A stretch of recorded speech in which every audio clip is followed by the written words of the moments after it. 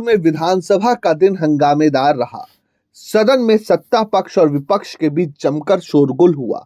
मुद्दा था सरकार के 2 साल के कामकाज के प्रतिवेदन पर बहस का। विपक्ष का कहना था कि बहस 2 साल बनाम पिछली कांग्रेस सरकार के 5 साल पर होनी चाहिए। सदन में माहौल उस वक्त गर्मा गया जब संसदीय कार्य मंत्री जोगाराम पटेल ने सरकार के 2 साल के प्रतिवेदन पर चर्चा का प्रस्ताव रखा। नेता प्रतिपक्ष टीकाराम जूली ने तुरंत आपत्ति जताई। उन्होंने कहा कि तय हुआ था कि बहस 5 साल बनाम 2 साल पर होगी। बीएससी में भी यही बात हुई थी। जूली ने कहा कि मुख्यमंत्री ने खुद कहा था कि वह नेता प्रतिपक्ष की चुनौती स्वीकार करते हैं, फिर अब सिर्फ 2 साल की बात क्यों? उन्होंने कहा कि मैं चाहता हूं सदन प्रस्ताव लेकर आए, 2 साल और 5 साल दोनों पर 15 मिनट बाद चर्चा कर लेंगे।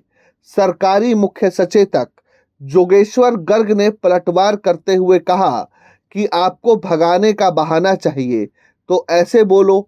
इस पर जूली ने जवाब दिया, ये लोग नहीं चाहते इस पर डिबेट हो, ये यहाँ से भागना चाहते हैं।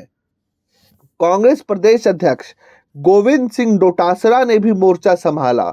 उन्होंने कहा कि 5 फरवरी को मुख्यमंत्री ने सदन में कहा था कि 2 साल और पिछली कांग्रेस के 5 साल के कामकाज पर खुली चर्चा होगी।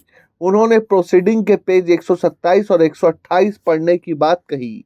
डोटासरा ने आरोप लगाया, सरकार चर्चा को केवल 2 साल के प्रतिवेदन के आंकड़ों तक सीमित रखना चाहती है।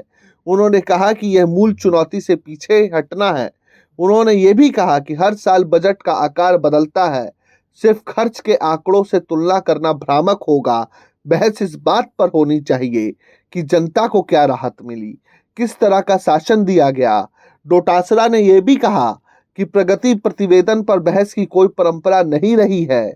अगर राजनीतिक चुनौती स्वीकार की गई है तो फिर 2 साल बनाम 5 साल के हर पहलू पर चर्चा होनी चाहिए।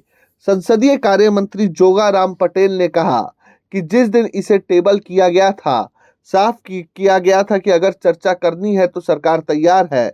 विधानसभा सचिवालय ने जो दस्तावेज दिया है उसी पर प्रस्ताव है।